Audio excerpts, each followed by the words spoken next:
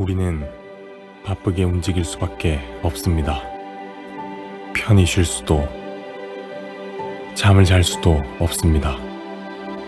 그러나 내일을 함께 꿈꿀 수 있다는 사실 하나는 약속할 수 있습니다. 그래서 우리는 위로가 됩니다. 때론 용기가 되고, 때론 정의가 되기도 합니다.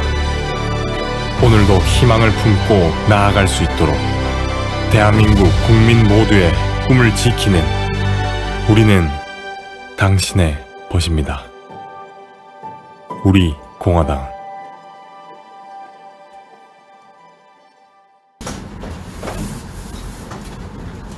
(1월 18일) 최고위원회의를 국민의힘으로서 시작하겠습니다. 국회에 대하여 동의.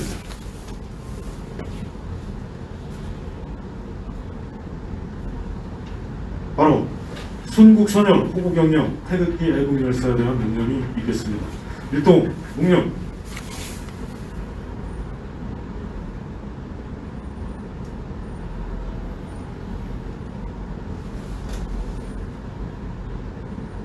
바로 모두 자리에 앉아주시기 바랍니다.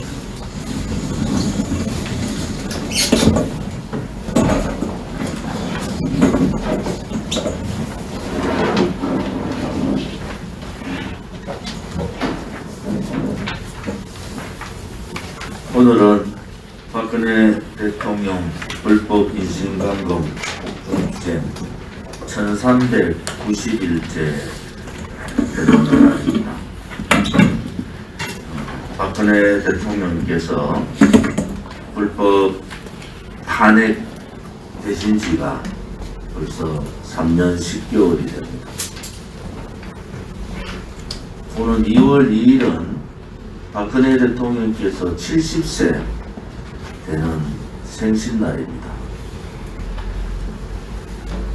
정말 악랄한, 전 세계에서 볼 수 없는 정치적인 정적에 대한, 여성 대통령에 대한 정치적 보복을 우리는 보고 있습니다.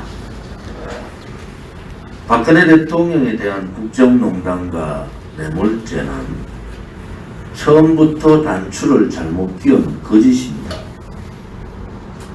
우리 공화당은 2016년 그 겨울 박근혜 대통령께서 당하셨던 그 마녀 사냥을 똑똑히 기억하고 있습니다. 자당의 대통령을 탄핵 소추시킨 63명의 국회의원들도 잊지 않고 기억합니다. 혹자들은 문재인 좌파 독재 정권과 싸워서 그들을 끌어내리기 위해서는 이제 박근혜 대통령의 문제는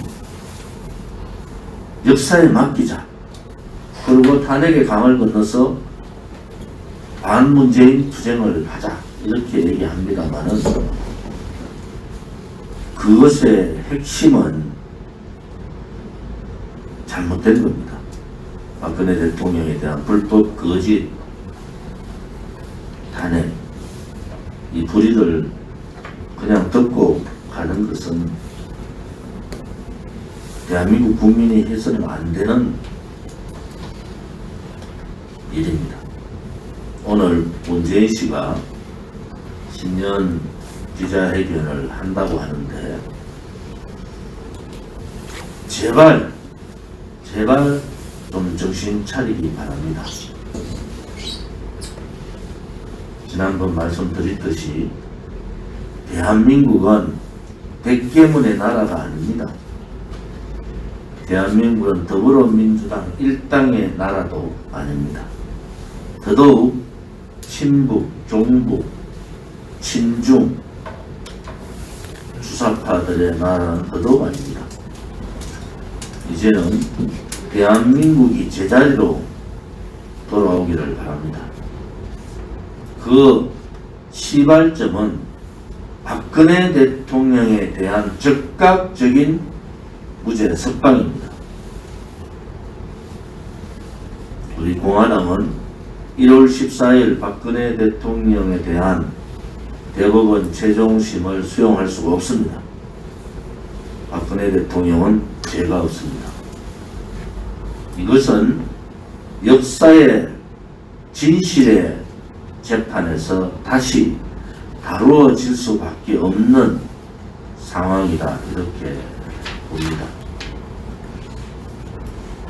우리 공화당은 2월 달에 70세 맞는 박근혜 대통령의 생신과 설날, 곧 다가올 설날 이전에 대통령께서 국민의 품으로 자유로운 몸으로 함께 하기를 바랍니다. 박근혜 대통령께서는 한마디도 사면 문제라든지 본인의 거취에 대한 문제를 말한 적이 없습니다. 이제 더 이상 박근혜 대통령의 석방 문제를 가지고 정치적인 쇼를 그만두기 바랍니다. 특히 좌파들은 그들의 진영 논리로 한다 하더라도 박근혜 대통령의 등 뒤에 칼꽂은 배신 역적들은 박근혜 대통령 말씀을 올리지 않기를 바랍니다. 요즘 홍준표라는 자가 또 박근혜 대통령 파리를 합니다. 우리 외국 국민들이 박근혜 대통령 1심 재판 과정에 있는 박근혜 대통령의 출당을 했으면 안 된다고 하는데도 출당을 시킨 자가 홍준표입니다. 그러면서도 지금은 사면이 아니라 석방이라는 또 말장난을 합니다. 자유우파 국민이나 우리 공화당 동지들은 왜 무죄 석방이라는 얘기를 3년 10개월 동안 하고 있는데 이제 와서 뒷북치고 있고 그 대통령의 말 이름을 금명하는 것은 대단히 잘못된 얄팍한 정치꾼에 불과하다, 이렇게 말씀을 드리겠습니다. 오늘 삼성의 이재용 부회장 선고도 있습니다. 이 선고에 대해서도 똑똑히 지켜보겠습니다. 지금 중국 폐렴 3차 팬데믹 이후에 문재인 K방역은 실종했습니다. 지금 소상공인이나 자영업자들은 거의 다 도산 단계에 들어가 있습니다. 자기들의 K방역을 위해서, 자기들의 보궐선거를 위해서 자영업자 600만 자영업자를 희생해도 된다는 그러한 생각을 가진 자들이 이 정권을 운영하고 있는 겁니다. 대단히 잘못된 거다. 아무리 중국 폐렴에 영향이 있다 하더라도 대한민국의 수출을 빼고 나면은 국내 소상공인 자영업자는 다 죽었습니다. 이제 그들이 무너지면서 가정사회가 전반적으로 무너지는 소리가 들리기 시작합니다. 이미 그분들은 갈 곳을 잃어서 너무나 힘든데도 K방역을 카페를 펴느니 무슨 무엇을 하느니 이런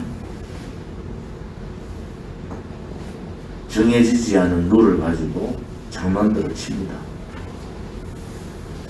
대한민국의 자영업자들은 문재인 때문에 망하는 겁니다. 자영업자 소상공인들이 또 청년의 취업을 못하는 청년들이 다시 재기하기 위해서는 빨리 이러한 잘못된 상황을 종식시키는 수밖에 없다. 가장 무책임하고 무능한 자들이 정권을 잡고 그들 입맛대로 정책을 펴고 있는 상황을 보면서 자영업자들의 한숨은 하늘을 찌르고 있습니다. 현재 많은 국민들께서 가장 우려하는 부분은 미국의 전국 상황을 틈타서 북한 김정은이 핵 보유국으로서의 위치를 확고히 하고 있다는 겁니다. 돌이킬 수 없는 상황으로 갈 수밖에 없는 문재인 좌파 독재 정권을 보면서 대한민국의 암울한 미래, 핵을 머리에 이고 핵의 공포에 살아야 되는 상황을 생각하면 아찔합니다. 오늘 신년사에서도 아마 김정은 바라기대로 할 거다고 봅니다. 제발 문재인 좌파 친북 정권이 자기들의 정치적인 속셈에 이념에 따라서 대한민국을 팔아먹는 일들은 없기를 바랍니다. 북한 핵의 문제는 현재의 문제임과 동시에 미래의 문제이기도 합니다. 문재인 정권 보고 혹은 문재인 씨 보고 이루 말로 정언할 수 없는 그러한 모멸감을 주는데도 그들은 무슨 약점이 잡혔는지 반박 하나 못하고 있습니다. 대한민국 안보가 이렇게 무너져서는 안 되는 겁니다. 대한민국은 자유민주주의 체제를 기반으로 튼튼한 안보, 미래에 대한 확실한 비전을 제시하는 그러한 나라가 바로 대한민국이었습니다. 문재인 정권 4년 되면서 이제는 무엇이 옳고 무엇이 잘못된가에 대한 확실한 상황들을 국민들이 알기 시작했습니다. 전국 서명대에서 서명해 주시는 분들, 우리 공화당이 입당해 주시는 분들을 보면은 확실히 상황이 바뀌었다는 것을 느낄 수가 있습니다. 한 가지 안타까운 것은 우리 당을 사랑하고 대한민국을 사랑했던 우리의 동지들이 참 안타깝게도 죽음을 맞이하는 것을 옆에서 뵈면서 당대표로서 마음이 많이 아픕니다. 어제도 동지 한 분을 문상하고 왔습니다만 우리 공화당이 이러한 가시밭길 고난을 왜 겪어야 되는가라는 참 아픔의 마음이 있습니다. 우리밖에 없기 때문에 라는 표현을 쓰지만 대단히 아픕니다. 그럴수록 동지들께서 용기 잃지 마시고 우리가 반드시 이긴다는 신념을 가지시고 투쟁의 대열에 함께 해 주시기를 바랍니다. 전국에서도 문이 오고 추위에서도 고생해 주신 서명해 주신 동지들, 이런 시위해 주신 동지분들께 감사를 드립니다. 지난 14일날 대법원은 박근혜 대통령에 대한 최종 판결을 확정지었습니다. 그런데 하급식 법원에서 법했던 절차적 위법성 또는 실체적 위법성 이것을 하나도 바로잡지 않고 박근혜 대통령에게 유죄 판결을 했습니다. 이것은 대한민국의 법치주의를 파괴하고 박근혜 대통령의 인권을 말살한 사법적 폭거라고 할 수 있습니다. 그리고 하나 대법원에 또 널리 사업부에 대한 사업적 폭거에 과감히 맞서 싸울 것입니다. 앞으로 법적인 절차가 재판이 확정됨으로써 이제 남아있는 절차는 법적으로 재심 절차가 되었습니다. 적당한 상황이 되면 재심 절차를 통해서 반드시 무죄를 확인받고 그리고 위원회에서 입었던 여러 가지 피해를 배상받는 절차 그리고 명예를 회복하는 절차가 반드시 있어야 될 거라고 말합니다. 그리고 그 절차에 대비하기 위해서 탄핵이라든지 그리고 형사재판에 관한 일종의 백서 같은 것을 우리가 남길 필요가 있다고 생각합니다. 그래서 우리 당이 박근혜 대통령이 어떻게 탄핵됐고 그리고 어떤 재판 절차를 통해서 이렇게 부당한 유죄 판결을 받았는지 이 과정을 낱낱이 기록해서 역사의 자료로 남기는 동시에 다가올 재심 절차에 대비하는 작업들을 할 필요가 있다고 생각합니다. 이 부분에 대한 당장의 검토가 필요하다고 할 거라고 생각하고 그동안에 이제 사업부가 얼마나 촛불에 겁먹었고 좌편향된 좌파 정권인 문재인 정권의 신여인지를 우리가 똑똑히 보았습니다. 이 사업부는 역사적 책임을 면할 수 없을 것입니다. 그리고 이 사업부의 올바른 방향으로의 혁신적인 전환을 위해서 투쟁을 해야 될 거라고 생각합니다.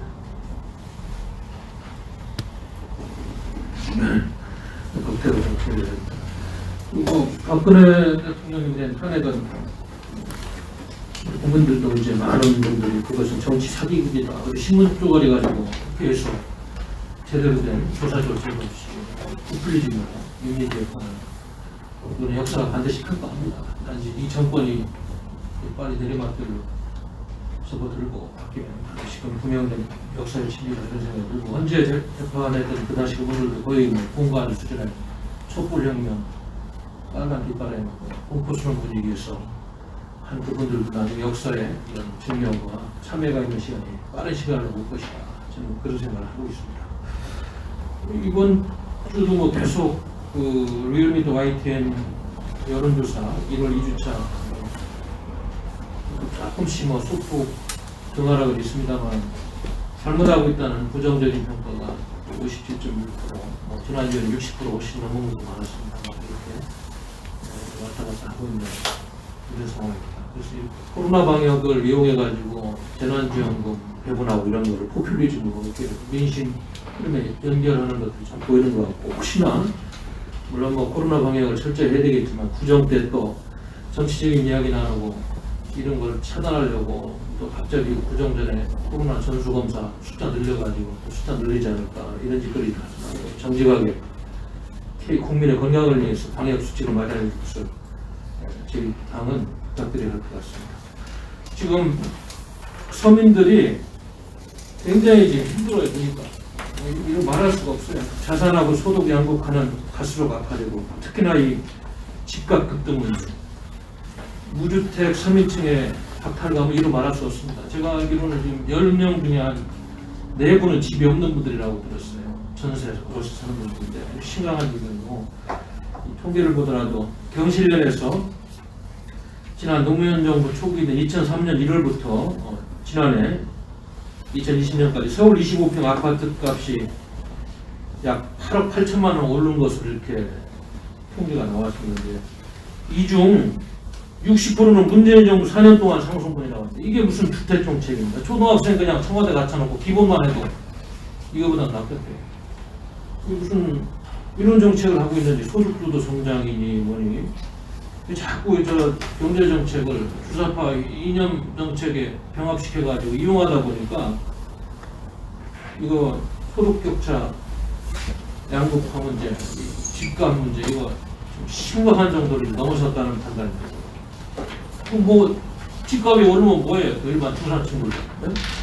대출해주는 DTI도 70%에서 50% 낮춰놓고 아마 팔리지도 않는 그런 정책들을 하고 있는 것 같고, 그리고 지금 코로나 이전부터 경제 문제가 계속 악화되었는데 코로나 핑계로 마치 그 경제 정책의 실패를 덮으려고 하는 것도 있고, 매년 급속한 최저임금 인상, 주 52시간 근무제 시행 등, 그러니까 친노동, 반시장 이런 규제 악법들이 판을 보니까 기존의 근로자와 청년의 일자리를 다 파괴해서 가계소득도 지금 거의 뭐 붕괴 수준이고, 소상공인과 중소기업은 거의 뭐 폐업 수준 경영난으로 좀 숨을 못 쉬고 있다. 그래서 실질적인 청년 체감 실업률이 25%라니까 25%까지 왔다니까 이제 심각한 수준을 좀 넘었습니다. 이 주사파 정도의 경제 정책, 결국은 이 정권을 빨리 종식시키는 것밖에 방법이 없다. 퇴진밖에, 이런 생각을 좀 하게 됩니다. 지금 1월 20일 날 미국의 신행정부가 뭐 우여곡절도 많이 있습니다만 비대면 취임식을 하든 뭐라든 하고 있는데, 다른 거는 뭐 불확실할지 모릅니다. 연일 우리 저 한반도 관련 메시지는 싱크탱크라든지 주변 인사들 발언들이 나오는 거 보면 빨리 문재인 정부가 남은 1년이라도 잘못된 그 외교안보 정책 축을 바로 잡아야 되겠어요. 자꾸 김정은만 쳐다보고 중국 공산당만 쳐다보는 거 가지고 큰일 나게 생겼습니다. 지난번에도 노동장 8차 대회에서 김정은 독재자가 이야기했듯이 이미 전술핵을 이제 언급할 정도까지 와서 이미 500km 이하의 단거리 미사일에 탑재하는 전술핵은 뭐 남한 공격용에는 다른 데 쓸 데가 없어요. 게임 체인저권을 미국을 겨냥한 것도 아니고, 이 정도까지 와 있는데도 비핵화 이야기하지 않고 평화와 상생, 무슨 민족경제라는 개념이 어디 있어요, 세상에. 우리 저 고통받는 국민들한테 잘못된 환상을 심어주고 있는 이런 현실 앞에서 올해 빨리 1년 남은 임기 동안이라도 나라를 위해서 좀 바로 잡아야 된다. 특히 그 중국 공산당한테 굴종적으로 체결한 산불 정책은 반드시 폐지를 빨리 해야 되겠다. 그래야지 지금 미국의 새로운 행정부하고 팀을 이루어서 동맹회의 차원에서 흐트러진 틀이라도 조금 바로잡는 것이 아닌가. 산불 정책은 밑도 끝도 없는 완전히 주권을 중국 공산당한테 갖다 준 겁니다. 가장 소중한 공정 자산을 활용할 수 있는 근거도 다 파괴했고 신뢰성도 없어지고, 마치 병자호란 때 인조가 머리 찢는 3점도 불구하고 전혀 다를 바가 없어요. 이 정부 들어서 주사파 인사들 안보는 미국, 경제는 중국이라는 그런 말 자체가 맞지도 않아요. 경제는 안보고 안보는 경제들이 한반도에서 분리될 수 있나요? 그래서 지금 미국 정부에서 이 대한민국 주사파 정부를 보는 눈이 아주 뭐 안 좋습니다. 청문회도 못 할 텐데 그 대북전단법 문제 가지고 거의 뭐 탈원전과 같은 그런 국내 그거는 해서는 안 될 정책을 미국한테 지금 하고 있는 이 주사파 정부의 행태에 대해서 엄청난 저항이 몰려오고 있다는 걸 말씀드리겠습니다. 그래서 일본도 지금 이런 사실을 알고 거의 협조를 안 합니다. 원칙적으로 대응하고 그 한미일 협력구도를 보강해야지 북한의 전술핵이라든지 지금 기존에 갖고 있는 20, 30개, 많게는 100개까지 핵무기도 대체하고, 그거보다 더 무서운 생화학무기 5,000톤을 갖고 있다고 육군부에서 보고했는데, 미국의 정부부에서 지금 미국의 NSC 그 비밀문서를 일찍 공개했어요. 원래 한 10년 있어야 공개해야 되는데 트럼프 행정부에 3년 전에 만든 거를 공개해버렸어요. 거기 보니까 미국의 그 가장 한반도에서 중요한 사람, 북한이 갖고 있는 핵무기, 생화학무기, 이거 대한민국 국민의 생명권이 완전히 거기에 지금 놀아나고 있다는 거 아니에요? 그걸 미군의 안전보다도 그거를 굉장히 걱정하고 있더라고요. 이 정부는 그런 이야기를 하지 않습니다. 그냥 평화와 상생, 민족 경제, 또 남북 정상회담, 아주 잘못된 일로 계속 이 나라 이끌고 있어서 빨리 내려와야 되겠어요. 주사파 정권 빨리 내려와가지고 망하기 전에 더 많이 망했습니다만 빨리 좀 걷어들여야 된다는 생각이 듭니다. 공수처 문제도 그렇고 비핵화 사기고 예? 이적적인 남북 군사 합의서 뭐 한두 가지가 아니지 않습니까? 역사 왜곡부터 부정선거, 울산시장 부정선거뿐만 아니고 여러 가지 의혹들, 윤석열 총장 중에 사법농단, 촛불 혁명 정권이 아니고 이건 대한민국 헌법에 대한 반역 정권의 수준에서 이 지사파 정부가 종말을 구할 것 같은 생각이 드는데 하루라도 빨리 내려와야 이 나라가 살 것 같습니다. 우리 공화당은 이런 문제들에 대해서 계속적으로 이야기를 하고 또 우리 당국의 권한 전당대회를 통해서 대국민 홍보를 해야 될 것 같습니다. 감사합니다.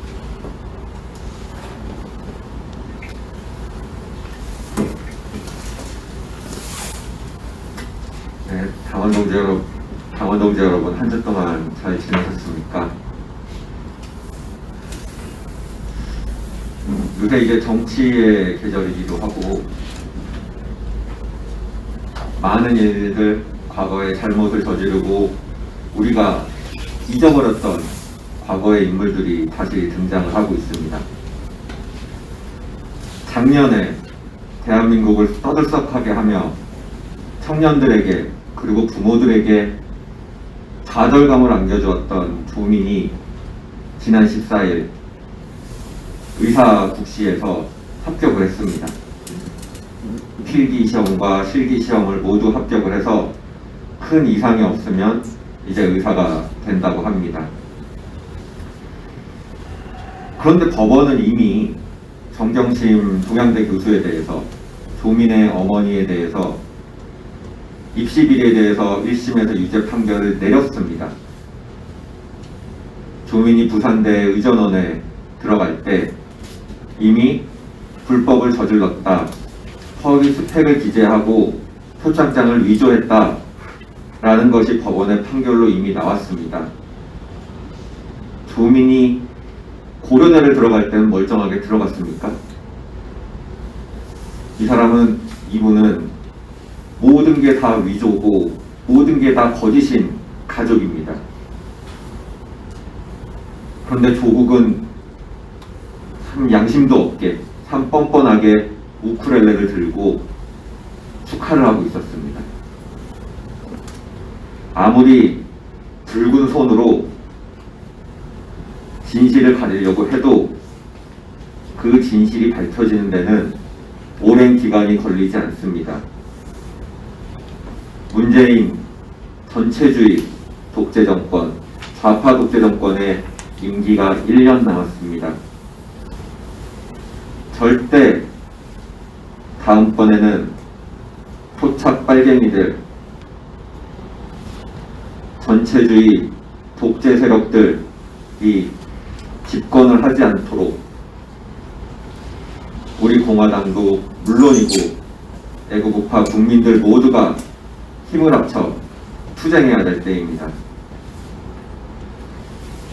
또 한 분, 대한민국을 깜짝 놀라게 했던, 부끄러움에 사무치게 했었던 공직자의 성윤리가 얼마나 무너졌는지 좌파의 성윤리의 실상을 보여줬던 박원순 씨의 핸드폰이 유가족에게로 돌아갔다고 합니다.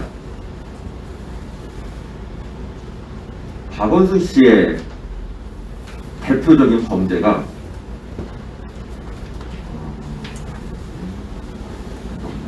통신 매체를 이용한 음란죄입니다. 따라서 그 증거인 박원순 씨의 핸드폰은 검찰에 의해서 압수물이 되어 있어야 하는 겁니다. 하지만 검찰은 어떤 이유에든지 유가족에게 그 핸드폰을 돌려주었습니다. 박원순 씨의 핸드폰은 유감스럽지만 본인 개인의 것이 아닙니다. 서울시에서 구입을 해서 서울시가 요금을 내던 서울시의 공용자산입니다. 이는 명백한 박원순 성폭행에 대한 은폐라고, 서울시의 조직적인 은폐라고 볼 수밖에 없습니다. 좌파가 하면 로맨스고 우파가 하면 성범죄입니까? 법은 좌우에 관계없이 항상 동일하게 적용이 돼야 합니다. 우리가 또 한 명의 이제 우파, 소위 말하는 우파 진영에서 속을 뒤집어 놨었던 사람이 서울시장 후보 경선에 들어오게 됐습니다. 오세훈입니다. 10년 전에 10년도 더 된, 그래서 이름도 잊어버릴 뻔했었던 오세훈이 다시 또 각설이처럼 죽지도 않고 또 나오고 있습니다. 그분은 문재인에게 광화문에서 사죄를 해라 라고 이야기를 하고 있습니다. 근데 오세훈은 본인이 백의종군을 해야 될 위치에 있습니다. 오세훈 시장은 경험 있는 시장, 5년 가까이를 시장을 했었던 사람이 본인이 나서서 해야 남은 임기 1년을 프로처럼 일할 수 있다고 합니다.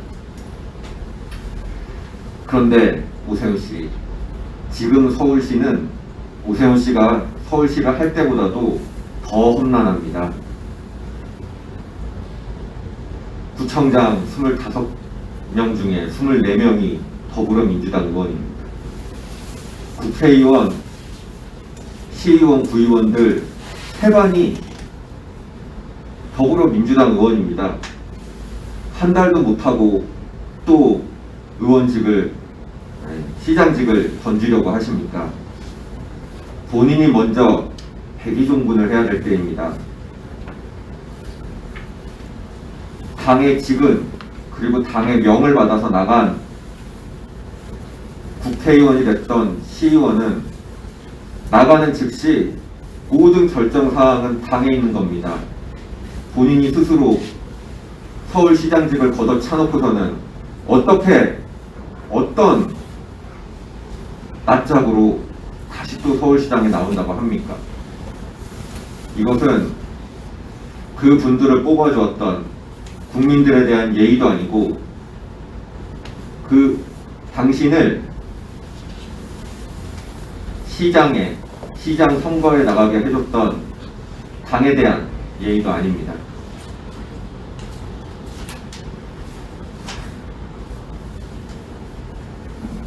경제 문제 잠깐 말씀을 드리겠습니다.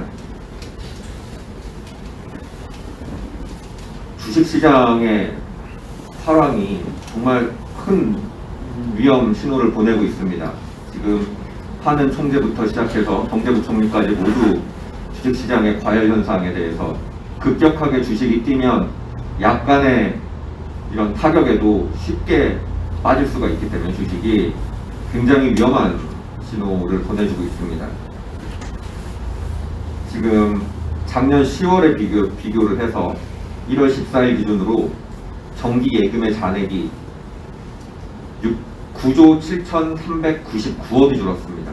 그래서 총 잔액이 630조 9,858억이 됐는데, 이 돈의 대부분이 지금 주식시장으로 빨려 들어가고 있습니다.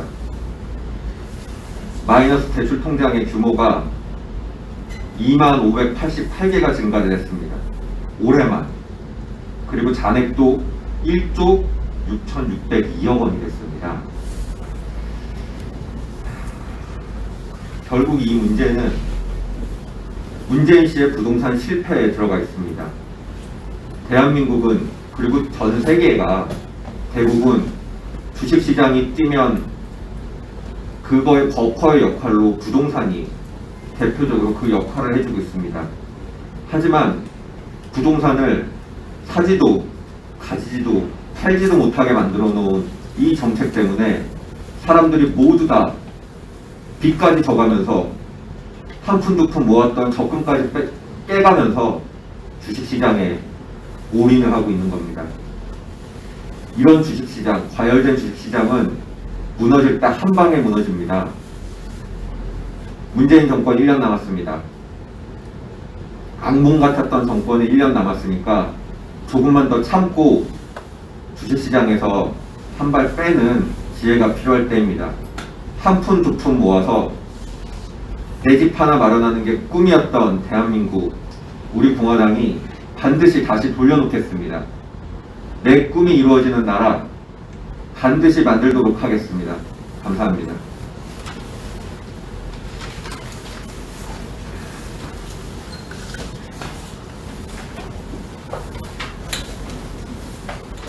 2021년 1월 11일부터 17일 일요일까지 서명대 우리공화당 서명대 운영 결과입니다.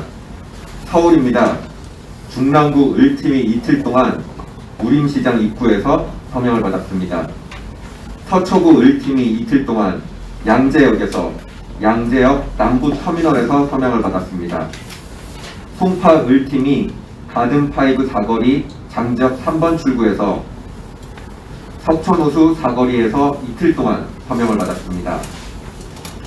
강동구 갑팀이 보덕 이마트 앞 길동역 1번 출구 앞에서 서명을 받았습니다. 구로구팀이 구로역 1번 출구 NC백화점 앞, 목련회팀이 이수역 3번 출구에서, 성동구 풍물단 연합이 왕십리역 5번 출구에서 서명을 받았습니다. 양천구팀이 신정내거리역 3번 출구에서, 영등포구 갑팀과 나라봉 연합이 이틀 동안 영등포 시장역 3번 출구에서 서명을 받았습니다. 진추모팀이 이틀 동안 영등포역 광장에서, 서대문팀이 이틀 동안 연신내역 5번 출구, 불광역 8번 출구에서 서명을 받았습니다. 부산입니다.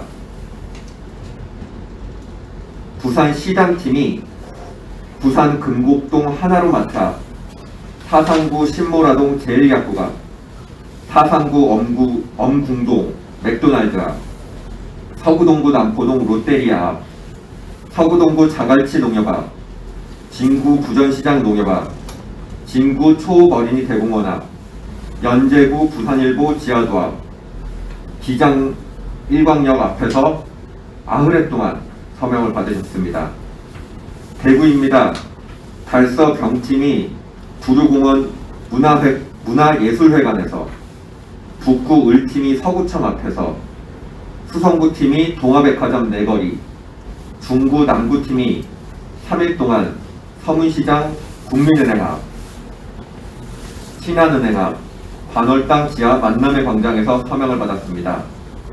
달서구 갑팀이 국민연금공단 앞에서 서명을 받았습니다.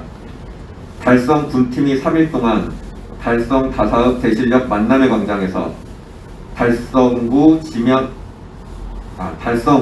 우체국 앞에서 문양역에서 서명을 받았습니다. 달성 군팀과 서청대 기도회 팀이 이틀 동안 달성 성풍 도깨비 시장에서 화원읍 화원장에서 서명을 받았습니다. 인천입니다. 인천 남동구 합동팀이 산곡 롯데마트 앞, 계양구팀이 계산역 6번 출구 앞, 부평구팀이 원적산 산곡 롯데마트, 서구팀이 검단 사거리역, 인천시장팀이 동인천역 북광장에서 서명을 받았습니다. 광주입니다. 광주광역시팀이 무등산에서 서명을 받았습니다. 대전입니다. 대전시장팀이 이틀 동안 대전역 서광장, 수통골에서 서명을 받았습니다. 울산입니다. 울산 북구팀이 농소중학교 맞은편, 중구팀이 경영농협 맞은편, 울주군팀이 언양장에서 서명을 받았습니다. 경기지역입니다.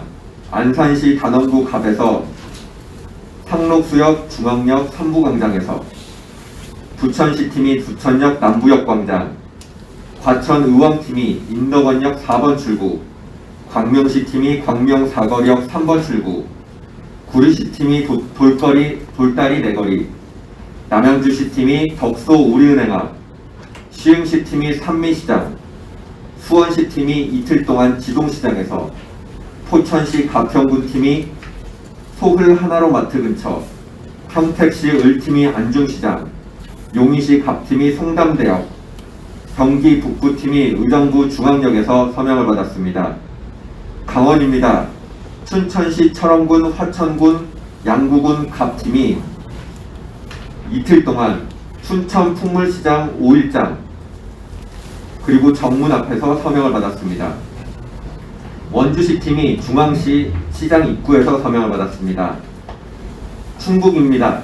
충북 도당팀이 청주 육거리 시장에서 서명을 받았습니다. 충남은 충남 도당팀이 3일 동안 태안 안면도 태안 서구시장 입구 당진 구터널 앞에서 서명을 받았습니다. 경북입니다. 영천시 청도군 영천팀이 영천시장에서, 구미시 갑팀이 금오산 대주차장에서 서명을 받았습니다. 경남입니다. 진주시 을팀이 선악산 등산로 입구, 김해시 갑팀이 수로 왕롱암, 창원시 의창구팀이 소답시장, 산청군, 함양군, 거창군, 합천군 팀이 이틀 동안 통영 용화사 입구, 거창, 대동 로타리에서 서명을 받았습니다. 마산 합포구 팀이 무학 자이 아파트 앞, 마산 회원구 팀이 마산역 앞에서 서명을 받았습니다. 제주입니다. 제주 도당팀이 제주시청 어울림마당 근처에서 서명을 받았습니다. 서명인수 12,073명, 일반 당원 2,402명, 책임 당원 578명, 총 서명인수 12,073, 당원 2,980분이 새로운 당원으로 오셨습니다. 서명대를 한 주 동안 운영해 주신 많은 서명대 봉사해 주신 당원 동지 여러분들께 감사 인사드리고, 이번 주도 힘차게 뛰어보도록 합시다. 우리가 아무리 힘들어도, 아무리 바빠도 해야 될 거는 해야 됩니다. 당원 동지 여러분, 동지 여러분들의 많은 참여 부탁드리겠습니다. 감사합니다.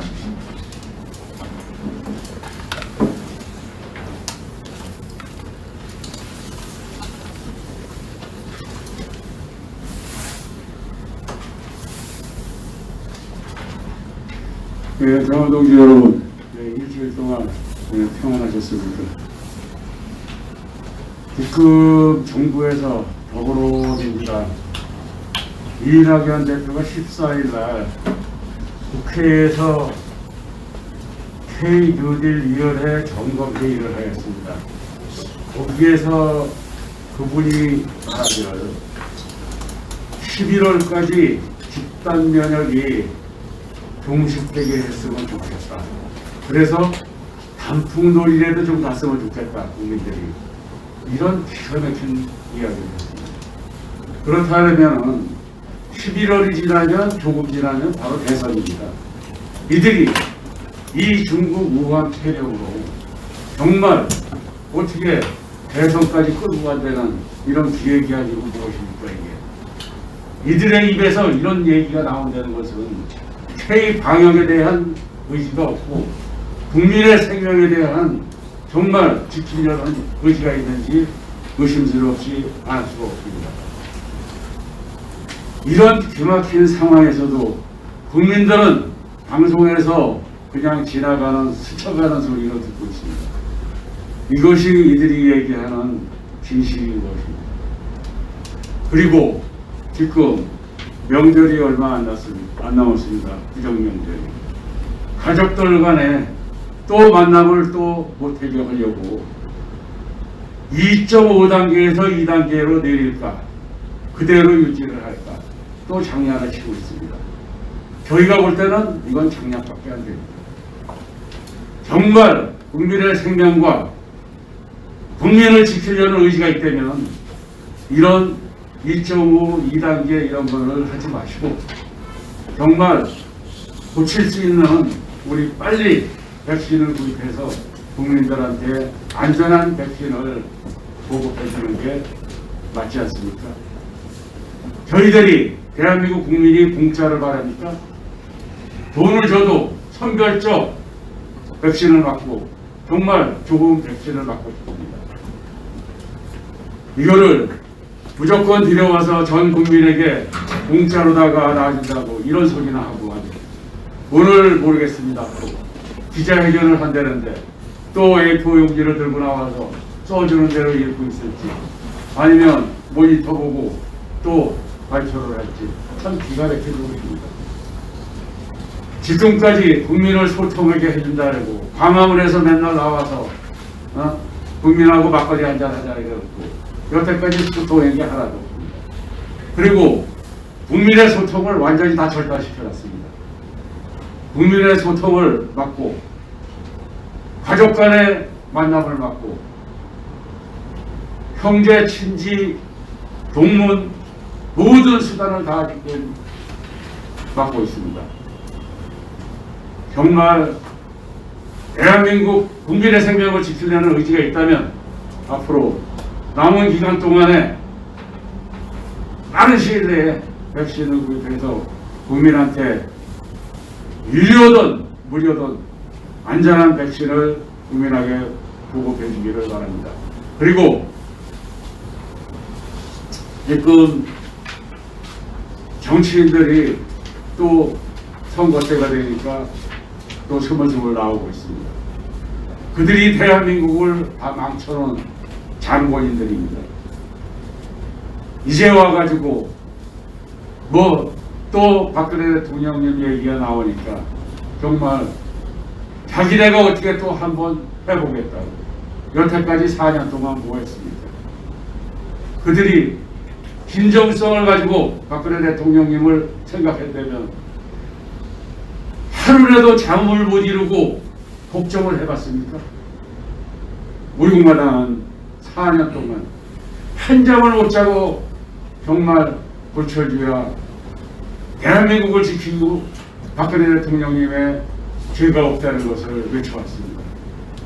이제는 정통 보수 우파인 우리 공화당이 대한민국 살리는 이런 정당인 것을 깨달으시고 국민 여러분 우리 공화당과 함께 해주시기를 간절히 호소드립니다.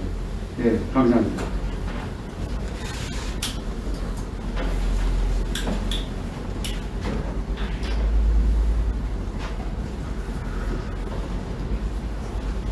지난 목요일 박근혜 대통령 대법원 최장 판결이 있었습니다. 다들 어느 정도 예상되는 문재인 정권의 하소연 같은 이 대법원에서 이런 판결이 나올 거라고 다들 많은 곳에서 예측을 했다시피 그들은 최악의 판결을 또다시 내렸습니다. 정말 알고 맞아도 아프다라는 생각밖에 들지 않았습니다. 그런데 지금 문재인 정권이 또다시 지금 오늘 속보, 기자회견 뭐 이렇게 지금 쏟아지고 있는데 그 쏟아지는 와중에서도 또 박근혜 대통령, 이명박까지 묶어서 얘기하긴 했지만 사면에 대한 생각은 없다. 그런 것은 지금 얘기할 때가 아니다. 이런 식으로 언급을 하였습니다. 지금 문재인 정권의 기자회견이라 쓰고 변명 성토의 장이라고 읽는 기자회견, 신년 기자회견이 속속 시작되고 있습니다. 말씀드렸듯이 대통령 사면에 대한 얘기도 하였고 또 여러 가지 사안들에 대한 자기 변명, 정권 변명 차원의 얘기만 늘어놓고 있습니다. BBC가 물어보는 백신이 늦지 않았냐라는 질문에 전혀 늦지 않았다라고 대답을 하고 윤석열 총장은 문재인 정권의 검찰총장이라고 얘기를 하고 지금 부동산 대책 시장이 예상할 수는 없는 정도의 막대한 공급을 공급 대책을 설 연휴 전까지 발표하겠다는 말도 안 되는 소리를 짓거리고 있습니다. 이러한 말도 안 되는 상황에서 국민들은 또 아마 지금 실시간으로 보고 있는 많은 국민들께서 절망을 금치 못하고 계실 텐데 이런 말이 있지 않습니까? 봄이 꽃이 지고 나서야 봄인 줄 알았다. 박근혜 대통령 시절을 아마 다들 떠올리실 겁니다. 지금 부동산 가격이, 시장 가격이 천정부지로 끝도 없이 오르는 것, 그리고 개미들이 주식시장 투자 욕구가 그렇게 오르는 것, 왜 그런지 아십니까? 희망이 끊어졌기 때문입니다. 전형적으로 두 가지 패턴이 있습니다. 도박에 대한 두 가지 패턴이 있습니다. 자본가, 사업가들은 경기가 안 좋아지고 금전적인 그 자본이 좀 어느 정도 줄었을 경우에 도박이나 이런 다시 유흥을 끊습니다. 그런데 일반 서민들 같은 경우에는 어떤 경향을 보이느냐, 자신들의 미래, 그 다음에 직접적인 당장의 생계가 끊긴다고 위협받는다고 생각을 하면 오히려 말도 안 되는 도박에 출기를 하는 현상이 일어납니다. 그것이 바로 희망이 끊겼기 때문에 될 대로 되라는 식의 더욱더 빨려 들어가는 절망의 늪의 패턴이거든요. 지금 대한민국 국민들 절대 다수가 일으키고 있는 부동산 과잉, 그리고 과잉 말할수록 한 소리 나오는데 부동산 과잉 열기, 그리고 이제 주식 투자 열기, 이런 것들 모두 다 희망이 끊어진 절망 때문에 그렇게 하는 것입니다. 박근혜 대통령 있을 때는 그렇게 헬조선 떠들더니 이제야 진짜 헬조선이 시작됐습니다. 지금 시작되는 건 일도 아니고 앞으로 10년, 20년 후의 미래가, 아니 100년 후의 미래가 이렇게 대한민국 전체의 경제가 기울었을 때 어느 정도까지 영향이 갈지는 참 상당한 시경인데, 이럴 때일수록 우리 공화당의 역할이 중요합니다. 지금도 국민의힘이라는 야당이라는 보수라는 작자들이 제대로 된 정책 하나, 법안 하나 제대로 영향력 행사하지 못하면서 자신들이 뽑아주면 대한민국을 마치 구해줄 영웅인 것처럼 굴고 있습니다. 그렇게 영웅이 갑자기 나타나는 게 아닙니다. 뭐 하나 바뀐다고 당장 대한민국이 확 바뀌는 게 아닙니다. 그것은 신기루고 사기에 불과합니다. 하나하나 밑바닥부터, 근본부터, 기조부터 다져나가야 대한민국을 다시 정상화시킬 수 있습니다. 박근혜 대통령을 구하고 그 길을 갈 수 있는 건 우리 공화당과 우리 공화당 당원분들이만이 가능하다고 생각을 합니다. 찬바람 그리고 추운 기온에도 함께 해주셨던 여러분들과 대한민국의 희망을 다시 살리려면 계속해서 함께 해주시기를 부탁드리겠습니다. 감사합니다. 네, 반갑습니다. 저번에 익명 검사를 지방에서 중지했을 때 앞으로 확진자 수가 확 줄 거다라고 저희 예상 말씀드린 적이 있는데 그게 정확하게 적중했습니다. 확진자 수를 고의로 일부러 줄이고 재난지원금을 조금 주니까 지지율이 소폭 상승했습니다. 이제 2.5단계를 또 약간 변형해서 완화한다고 합니다. 그런데 곧 또다시 익명검사를 통해서 확진자 수를 늘리고 국민통제를 했다가 풀어주고 숨통을 틔워줬다가를 왔다 갔다 반복하면서 앞으로 계속 정권 연장의 도구로 쓸 것이다. 이것이 정확하게 예상이 적중했다. 이런 말씀을 먼저 드립니다. 어쩌면 문재인에게 처음부터 백신 따위는 필요 없었는지도 모르겠다는 생각을 먼저 해봅니다. 어제 대구시에서 대구형 사회적 거리두기 발표를 보셨습니까? 그 발표를 보고 정말 박수를 쳐주고 싶었습니다. 그런데 몇 시간 만에 다시 취소를 했다는 소식을 듣고 정말로 좌파 독재하에 우리가 살고 있구나 라는 것을 한 번 더 실감했습니다. 대구시는 타 지자체와는 달리 11시까지 영업을 허용하는 일명 대구형 사회적 거리두기를 하기로 했는데 이는 현재 자영업자들의 고충이 너무나 심하고 또 시민들이 방역수칙을 스스로 잘 이행하고 있기 때문에 내린 결정이었습니다. 이는 경북 경주시도 마찬가지로 같은 결정을 내렸습니다. 대구시는 정부의 지침과 절차에 따라 내린 결정이라는 입장이었지만 아쉽게도 시행도 하기 전에 철회를 했습니다. 풍선 효과와 형평성을 이유로 중앙정부가 태클을 걸고 나와 철회했습니다. 풍선 효과를 이유로 들미는데 정말 헛웃음이 나왔습니다. 지난 연말 기억해 보십시오. 지난 연말 해맞이 지역을 전부 폐쇄했을 때 갈 곳 잃은 사람들은 전부 마트와 백화점에 몰려서 인산인해를 이루었습니다. 명절에 고향에 못 가게 해서 전부 놀이공원과 스키장으로 몰렸습니다. 서울역의 경우에는 커피숍 취식을 막으니까 탑승 대기자들이 전부 대기실에 모입니다.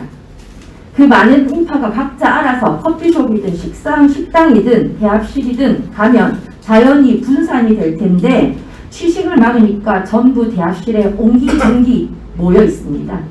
노숙자들의 급식소를 막으니 노숙자들은 전부 서울역으로 또 지하철 역사로 모입니다. 9시 이후 5인 이상 제한을 두니까 배달이 늘지만 배달업체의 횡포만 배로 늘어 자영업자들은 또 다른 이중고를 겪고 있습니다. 이런 뻥 방역뿐만 아니라 정부의 뻥 정책 역시 마찬가지 아닙니까? 부동산을 온갖 규제로 어거지로 잡으려고 하니까 온 지방이 강남 집값 뛰듯 널뛰고 있습니다. 이렇게 난리가 난 것 다 풍선 효과 아닙니까? 타 지역과의 형평성에 어긋난다는 이유도 헛웃음이 나기는 마찬가지입니다. 이 사람들은 여태 수십 년 동안 지자체, 지방분권, 수도이전 노래를 부르던 자들입니다.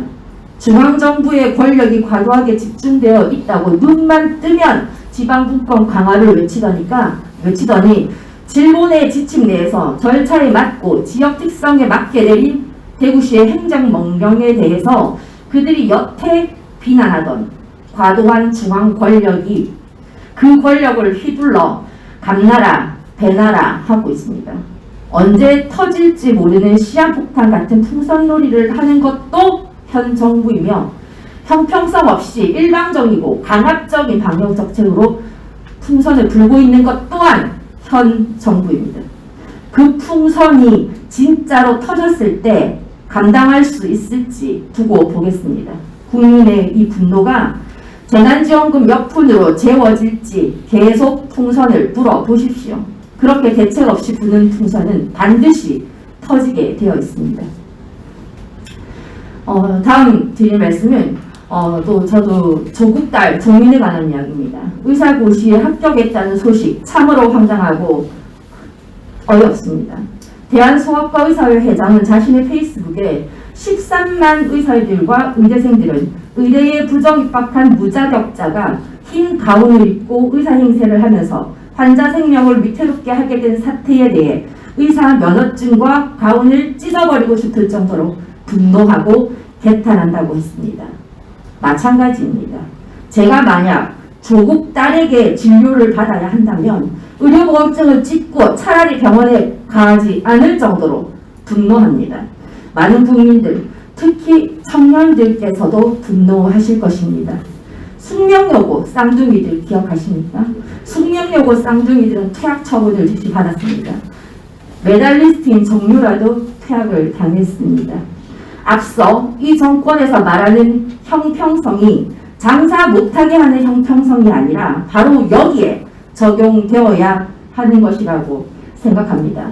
조민이 이러한 상황에 악착같이 의사고시를 본 것 다른 의도가 있다고 저는 생각을 합니다. 그들은 시간이 지나 나중에 조국과 정경심의 재심을 요구할 것입니다. 그때 조국의 의사고시 합격을 드릴 가능성이 있으니까요. 우리 애국파들은 예의주시하면서 그런 상황이 오지 않게끔 막아야 할 것 같습니다. 이 정권에는 불공정과 불이익, 불법, 부패만 있고 또 그들에게 부역하는 권력자들에게는 아부와 눈치, 계산기 두드리는 잔대가리만 있을 뿐입니다. 공정과 정의가 사라지는 지금의 이 사회 말로 바로 그들이 18번처럼 읊조리던 이것이 나라냐, 이것이 나란지 되묻고 싶습니다. 절망은 나를 단련시키고 희망은 나를 움직이게 한다는 박근혜 대통령님의 말씀처럼 이 땅의 미래인 청년들이 애국의 움직임이 있기를, 그 움직임에 우리 공화당이 함께 하기를 바랍니다. 그리고 마지막으로 경북 월성 주민분들께 힘내라는 말씀 드리고 싶습니다. 민주당과 좌파 환경단체들의 방사선 물질 유축 의혹으로 주민분들의 고초가 상당히 심하다고 합니다. 수십 년을 그곳에서 사신 분께서 매년 흙, 물, 농축산물을 검사하는데 여태 아무런 이상이 없었다면서 월성 1호기가 경제성이 없다고 허위 보고로 죽여놓고 이번에 삼중수소 유출 의혹을 퍼뜨려서 지역민을 2번 죽이고 있다고 울분을 토하고 계십니다. 인근은 사적지와 해변이 있어서 관광객이 원래 많았는데 이제는 발길이 아예 끊겨서 방사능에 오염돼 죽기 전에 지역 경제가 망가져 죽게 생겼다고 하십니다. 전국 곳곳에서 죽겠다는 곡소리가 나오고 있습니다. 이 곡소리가 곡소리로 그치지 않고 투쟁의 바람이 되어서 좌파 독재의 숨통을 끊을 수 있게 되기를 바랍니다. 억울한 월성 주민분들, 정의로운 의사분들, 고통받는 자영업자, 일자리가 없는 청년분들 모두 이제는 눈물을 닦고 힘을 내어서 우리 공화당과 함께 싸울 때임을 다시 한번 말씀드립니다. 역대 어느 때보다, 역대 어느 정부보다 국민 행복 지수가 높았던 박근혜 대통령의 재임 시절이 정말 그립습니다. 국민이 나라 걱정하지 않는 나라, 국민이 먹고 사는 걱정하지 않는 나라, 그것이 바로 태평성대의 나라가 아닐까 합니다. 지금 생각해보면 박근혜 대통령님께서 청와대에 계셨을 때가 바로 태평성대가 아니었나 싶습니다.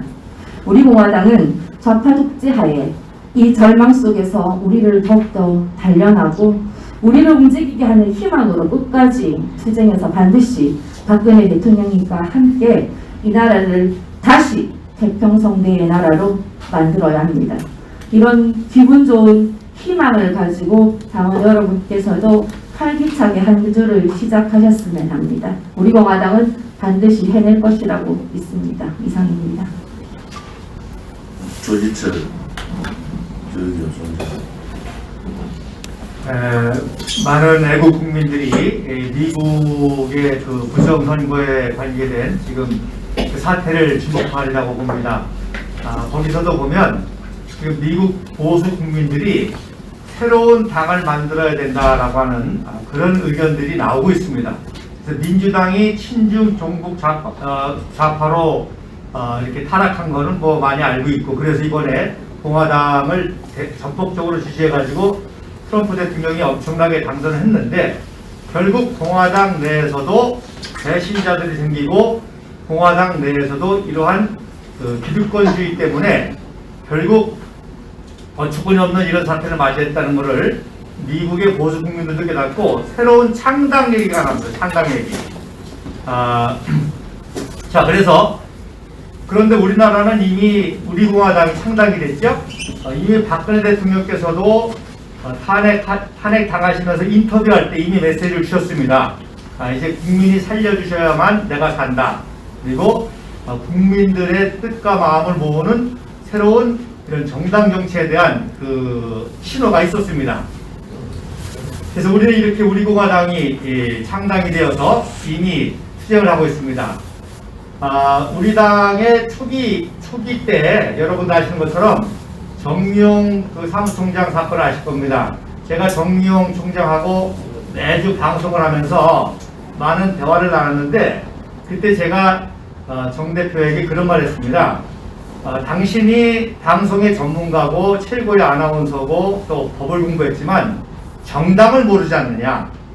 정당의 정치는 전문가의 말을 들어야 된다. 그래서 좀 죄송스러운 말이지만 우리는 조 대표님의 그 말씀을 전적으로 믿고 그분의 뜻대로 해나가면 우리 당이 산다. 그런 말을 했던 기억이 있습니다. 그것은 지금도 유효하다고 봅니다. 지금 여기에도 많은 최고원들이 계시고 있지만 당을 경험해본 사람이 거의 없어요. 뭐 저는 뭐 알 것도 없고요. 그래서 정말 정치의 전문가시고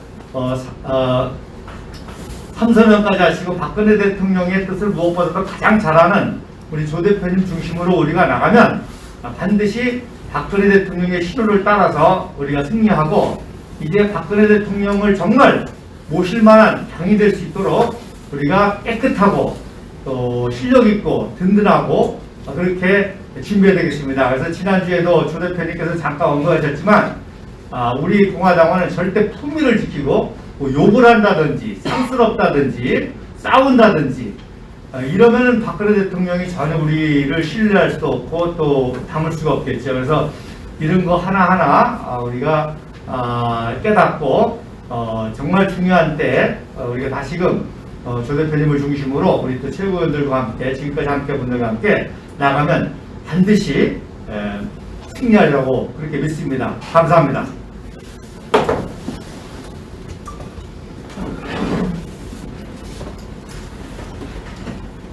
문재인 씨는 결국 정말 무책임하고 무능하고 가장 비겁하고 가장 나쁜 인간입니다. 문재인 씨는 정말 비겁하고 무책임하고 무능한 가장 나쁜 인간. 오늘 기자회견에서 박근혜 대통령에 대한 국정농단 권력 비리가 사실로 확인됐다. 국정농단이라 불렸던 일에 국가적 피해가 막심했다. 그들이 말하는 국정농단은 거짓이고 그들의 주거노릇을 하는 대부분은 역사에 죄를 지은 겁니다. 대한민국 국민은 박근혜 대통령의 권력 비리가 없다는 것을 알고 국정농단은 조작 업무라는 것을 안다는 겁니다. 또 사면 얘기를 하면서 대통령 권한이지만은 지금 형이 집행된 상황에서 사면을 얘기할 수 있는 정치인이나 대통령은 누구도 그렇게 말할 수 없다고 하면서 자기의 책임을 회피하고 있습니다. 국민이 공감하지 않으면은 사면이 통합의 방안이 안 된다는 말도 얘기했습니다. 너무 치졸하지 않습니까? 우리 공화당 뿐만이 아니라 자유파 국민들이 건국 이래 직접 국민들한테 받은 서명대가 230만 명을 넘었습니다. 그런데도 그들이 듣는 국민의 공감은 대개문들의 공감이고 좌파, 그것도 일부 좌파들의 의견이 될 수밖에 없다. 문재인 씨는 정말 그 죄과를 어떻게 치를 건지 우리 공화당과 자유우파 국민들은 똑바로 지켜보겠습니다. 그가 말한 권력형 비리는 문재인의 목이고 그가 말한 국정농단의 막대한 피해는 지금도 대한민국의 국민이 대한민국이 피해를 보고 있습니다. 오늘 기자회견에서 했던 말들이 그대로 문재인 정권과 비겁한 문재인 씨한테 책임을 물을 날이 반드시 있을 거라고 확신합니다. 우리 공화당은 황상수 최고위원께서 말씀하신 대로 대법원 판결에 대한 재심 청구 준비를 하겠습니다. 지금 박근혜 대통령께서 외부인 접촉을 하고 계시지는 않지만은 재심 청구의 주요 내용은 무죄 판결, 손해배상 청구, 명예회복에 대한 재심 청구 준비를 하겠습니다. 또한 이 재심 청구를 위한 당 차원의 준비 작업도 아울러 하겠습니다. 첫째는 탄핵 백서를 조목조목 현실에 입각해서 사실에 입각해서 만들어내고 형사 재판에 대한 백서 또한 만들어내겠습니다. 그 두 가지의 백서가 이 거짓 탄핵 불법 대법원 판결에 대한 분명한 재심 청구의 자료로서 준비하도록 하겠습니다. 다시 한 번 더 우리 공화당은 대법원 판결에 대한 무죄 판결과 손해배상 청구, 명예회복에 대한 재심 청구에 돌입하겠습니다. 재심을 위한 당 차원의 준비 작업으로 지금까지 준비하고 있던 탄핵 백서를 조만간 완성시키고 형사재판, 대법원 판결까지 형사재판에 대한 백서도 조만간 준비하겠습니다. 우리 공화당이 단순하게 그들의 굴종하고 그들의 말에 쇼에, 정치적인 쇼에 넘어가는 정당이 아니라 진실과 정의의 편에 있는 정당이라는 것. 박근혜 대통령의 거짓 불법 탄핵 대법원 판결을 반드시 뒤집겠습니다. 그것이 이 시대에 정의의 대한민국 국민이 해야 될 일이라면 우리 공화당이 앞장서서 하겠습니다. 오늘 문재인의 신년 기자회견을 보면서 그들의 조급함과 그들의 불안감을 우리는 다시 한 번 더 확인합니다. 절대 용서하지 않겠습니다. 그들의 악랄한 여성 대통령에 대한 정치 보복을 똑같이 대갚아 주겠습니다. 한치의 흔들림 없이 우리 공화당 동지뿐만 아니라 자유우파 국민들이 하나로 우리 공화당의 재심 청구 작업에 함께해 주기를 바랍니다. 사무총장께서 당원 당규 개정에 대한 보고가 있겠습니다. 네, 당원 및 당규 개정에 관한 보고를 드리겠습니다. 먼저 당원 개정권입니다. 전략기획본부장, 전략기획부본부장을 포함한 전략기획본부를 폐지하는 안건이며, 및 중앙당 사무처 국실 개편에 따른 개정권입니다. 당원 개정권의 두 번째 안건으로 시도당 내의 기능이 원활치 않을 경우를 대비해서 보완 조항을 신설했습니다. 두 번째 당규 개정권입니다. 첫 번째 상설위원회 규정을 개정하는 건입니다.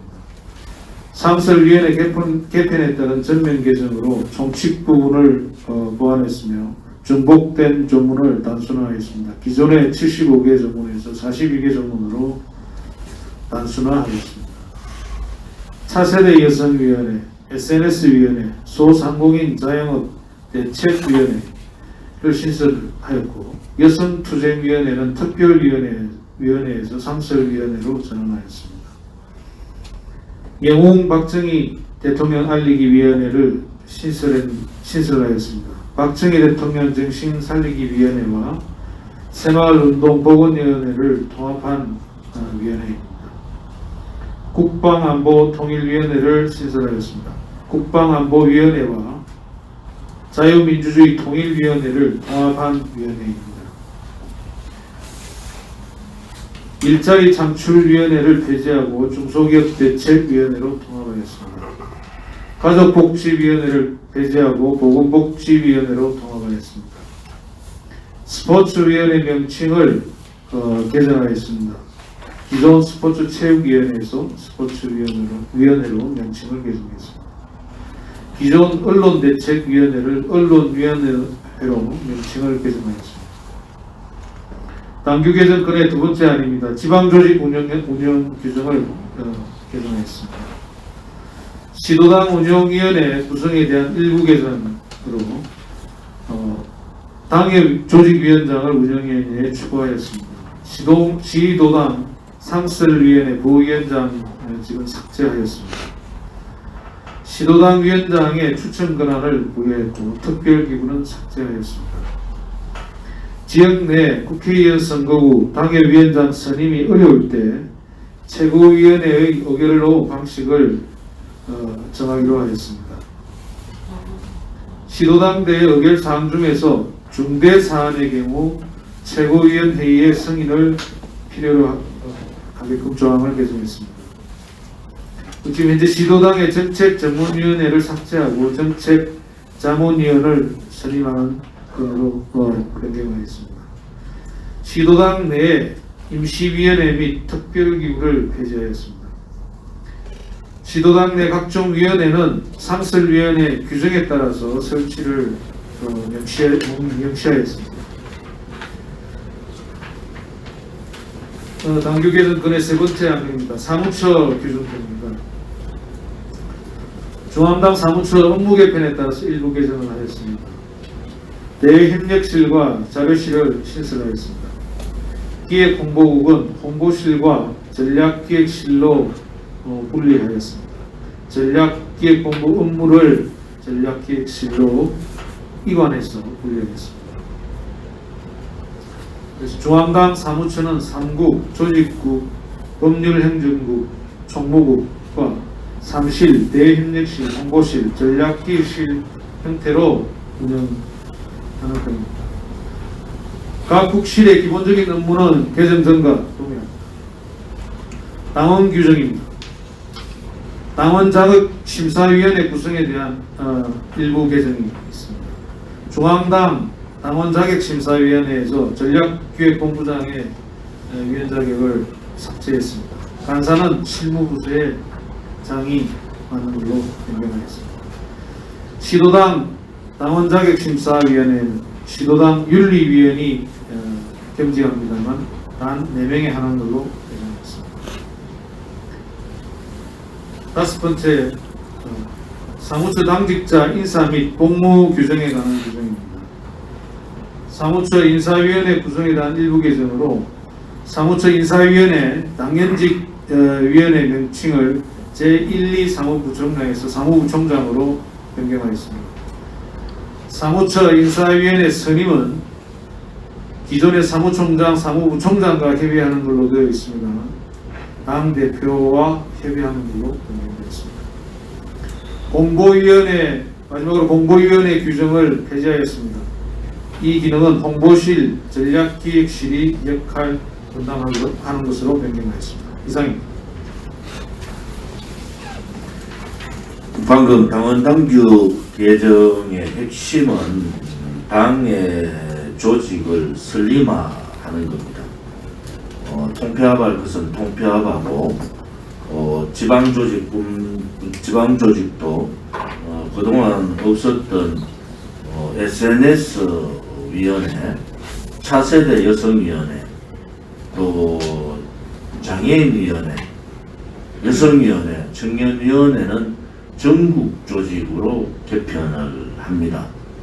이 5개 조직은 5개 위원회는 시도당뿐만이 아니라 각 당협까지도 이 5개 조직이 다 구성되도록 했습니다.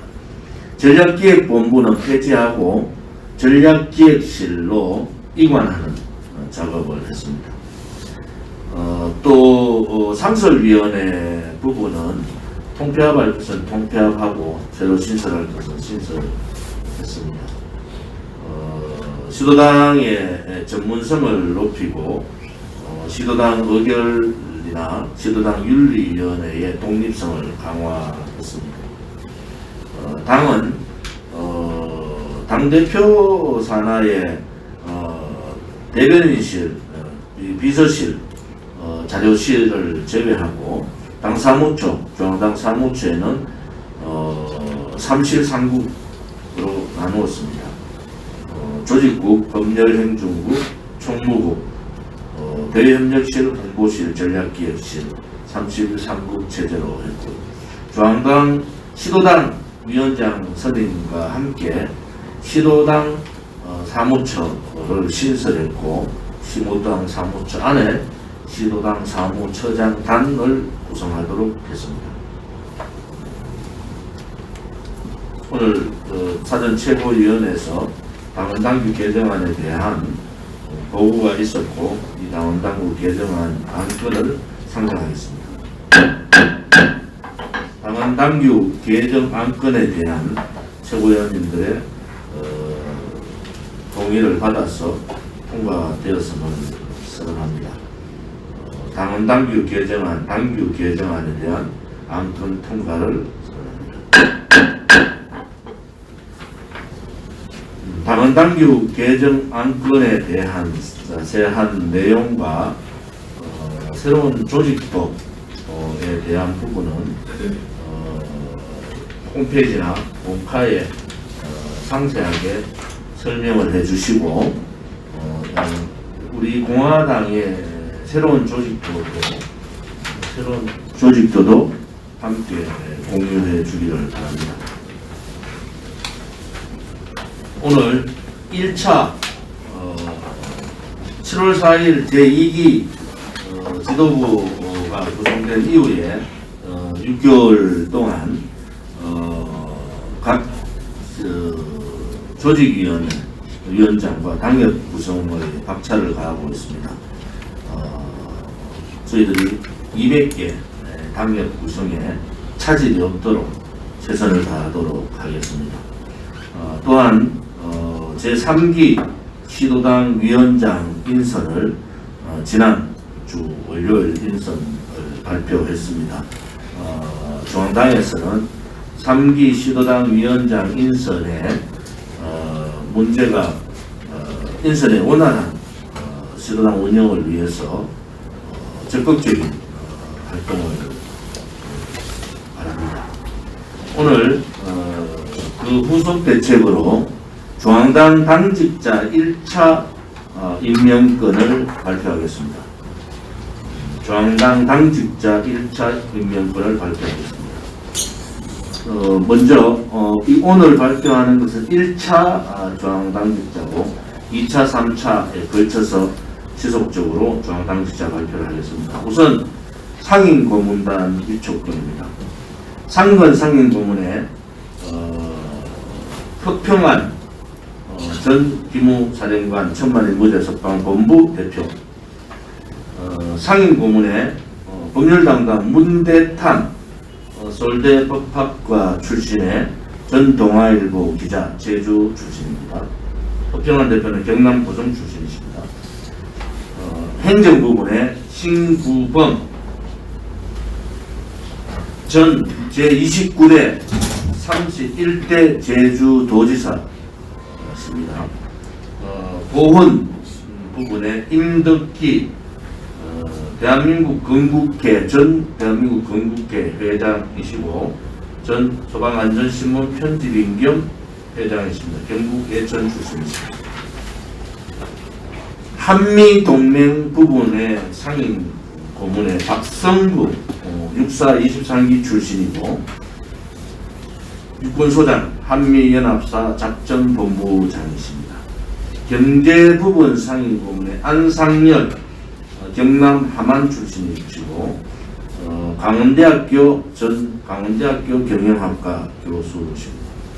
기업부분의 정재규 경북 포항 출신의 고려대학교 법학과 출신이시고 우리 공화당 자문위원 단장을 역임하셨습니다. 우리 당에 공헌하신 분들로 박일호 경남 거제 출신의 전 우리공화당 초대 윤리위원장이십니다. 지순범 충남 당진 출신의 인천 구의 의원을 하셨고 우리공화당 자문위 단장을 역임하셨습니다. 상임고문단 발표를 마치겠습니다. 상임고문단의 어려운 국가를 위해서 참여하신 상임고문님들께 감사를 드립니다. 여성위원회는 전국적인 시도당, 중앙당, 시도당, 전국 당협까지의 전국 조직입니다. 여성위원회는 50대, 60대, 70대 이상 이렇게 총괄하는 분들이라서 각 세대별로 세 분을 선임을 하는데 오늘은 두 분만 우선 발표하겠습니다. 여성위원회 공동위원장 김전분 부산 출신의 우리공화당 부산시당 전 우리공화당 부산시당위원장, 여성위원회 공동위원장의 이경희 경남 마산 출신의 현 대구시당 여성위원장, 50대 한 분은 수도권에서 모시도록 하겠습니다. 청년위원회도 공동위원장제를 하고 우선 강민수 우리공화당 경기도당 청년위원장을 중앙당 청년위원회 공동위원장으로 임명했습니다. 차세대 여성위원회도 공동위원장제를 택했습니다. 차세대는 50세 이하, 50세 미만의 여성들을 중심으로 차세대 여성위원회를 구성했습니다. 김경희 전 우리공화당 대변인 구미시각 조직위원장, 또 차세대 공동위원장은 추후 발표하겠습니다.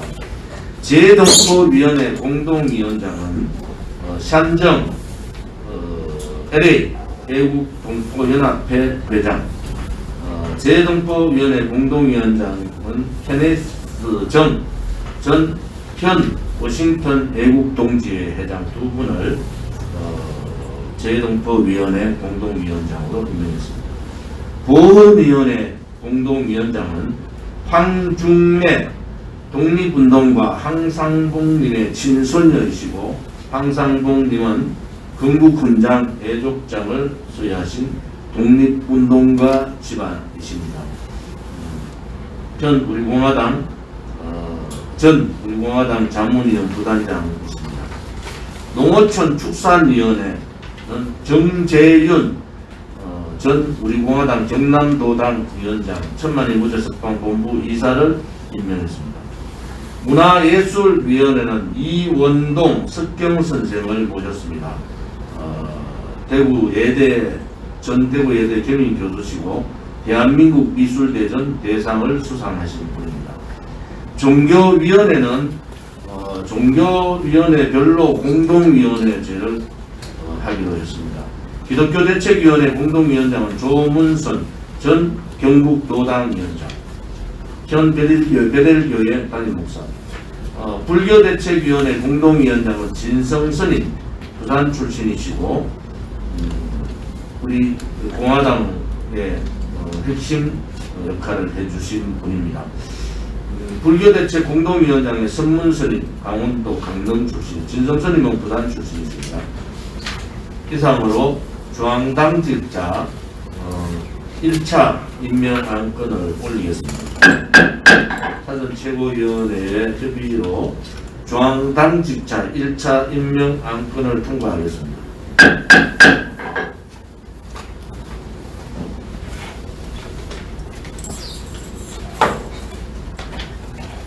비공개 회의로 전환하도록 하겠습니다. 수고하셨습니다.